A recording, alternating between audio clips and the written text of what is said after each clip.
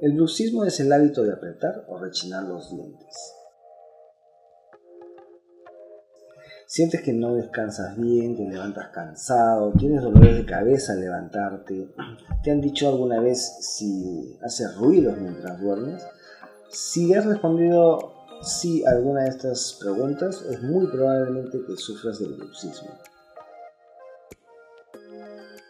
Consiste en la fabricación de una férula neuromio relajante que te estoy enseñando ahorita. Con este aparato vas a dormir todas las noches. En ocasiones muy graves vamos a pedirte que lo utilices las 24 horas del día. Es muy poco frecuente que eso pase. Este aparato no es costoso, es bastante sencillo de usar y de fabricar también.